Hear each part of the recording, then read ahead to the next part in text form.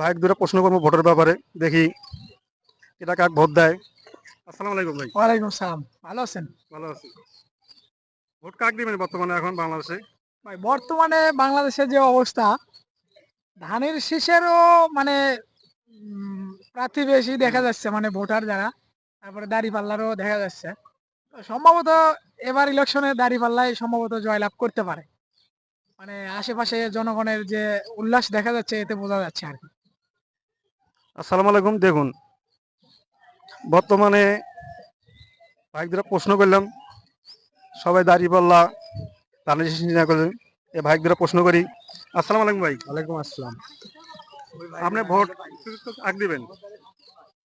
ভাই ভোট দাঁড়িপাল্লাই দিব। দাঁড়িপাল্লা বাঁচিয়ে নিলেন কি আপনি? দাঁড়িপাল্লা মানে সবকিছু বিবেচনা করে দেখলাম যে মানুষ ভালো একটা মানে দেশের প্রার্থী চায়, সেক্ষেত্রে দাঁড়িপাল্লা মনে হয় আমার কাছে ভালো।